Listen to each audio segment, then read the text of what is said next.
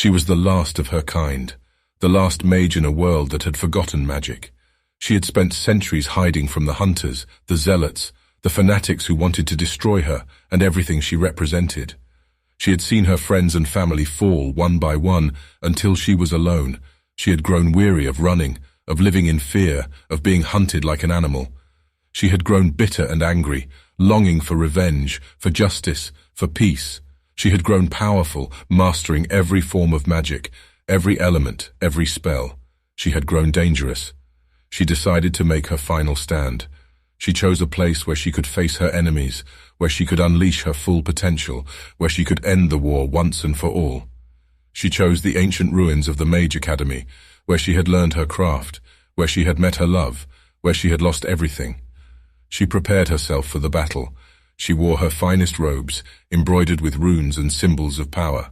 She armed herself with her staff, her wand, her dagger, and her ring, each imbued with a different kind of magic. She gathered her spells, her potions, her charms, and her talismans, ready to use them at a moment's notice. She waited for them to come.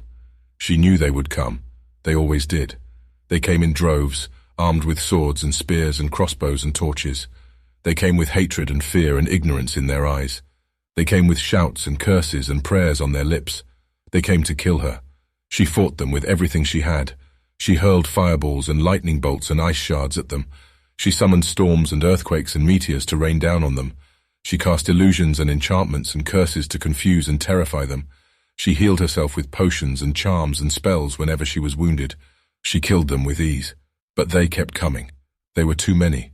They overwhelmed her with their numbers. They surrounded her with their weapons. They pierced her with their blades. They burned her with their fire. They killed her.